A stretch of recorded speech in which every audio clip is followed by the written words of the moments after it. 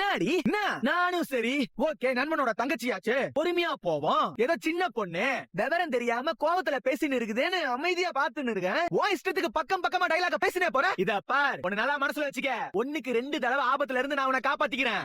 உன் வாழ்க்கையை காப்பாத்துனவங்கிற முறையில உன் கழுத்துல தாலி கட்டி வாழ்றதுக்கான எல்லா உரிமையும் எனக்கு இருக்கு. அத கூட விடு. அது எல்லாத்தையும் தாண்டி நான் உன் கழுத்துல தாலி கட்டினதுக்கான காரணமே என் ஃப்ரெண்டு கணேசமூர்த்தி தான். உன் அண்ணன் தான் என் தங்கச்சியை ஏத்துக்க அவளுக்கு நல்ல வாழ்க்கையை கொடுன்னு என்கிட்ட ஒரு வார்த்தை கேட்டான். நானும் உன் தங்கச்சியை கட்டிக்கிட்டு காலம்பூரா அவளை பாத்துக்கிற மச்சான்னு அவனுக்கு நான் ஒரு வாக்கு கொடுத்தேன். அதுக்காக தாண்டி நான் உன் கழுத்துல தாலியை கட்டினேன். அதை தாண்டி பெரிய ரதிவ உன் அழகுல மயங்கி உன் கூட வாழ்ந்தே ஆகணும்னு அப்படியே துடியா துடிச்சு தாலியை கட்டினாங்க பாரு. சின்ன புள்ளத்தனமா கட்டின தாலியை கலட்டி விட்டுறீர.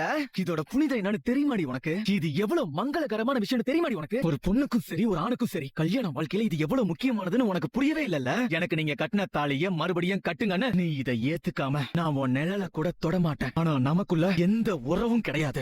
மரகதம் சௌந்தர்யாவை போய் நீ பாத்தியா? நான் எங்கக்கா போனேன்? அதெல்லாம் நான் பாத்துக்கிறேன்னு சொல்லிட்டு தானம் தான் போனேன். நான் மாடியில இருந்து வந்ததும் நேரம் அடுப்படிக்கு தான் வந்துட்டேன். ஓ சரி தனோ. அத்தை எனக்கு சவாரிக்கு நேரம் ஆயிடுச்சு. நான் அப்படியே புறப்படுறது. இருமா சாப்பிட்டு போ. இல்ல நான் போற வழியில சாப்பிட்டுக்கிறேன். நேரம் ஆயிடுச்சு. சரிங்க நான் கிளம்புறேன். சரி தனோ அத்த இல்ல இப்பதான் மரகதம் கிட்ட கேட்டேன். காலையில நீதான் சௌந்தர்யா ரூமுக்கு போனேன்னு சொன்னா. அவகிட்ட நீ ஏதாவது பேசினியாமா? சௌந்தர்யா கிட்ட நான் எதுவும் பேசலத. ஆனா நான் குளிக்க போறப்ப அவ பெட்ல டயர்டா தூங்கிட்டு இருந்தா. தூங்கிட்டு இருந்தாளா? ஆமா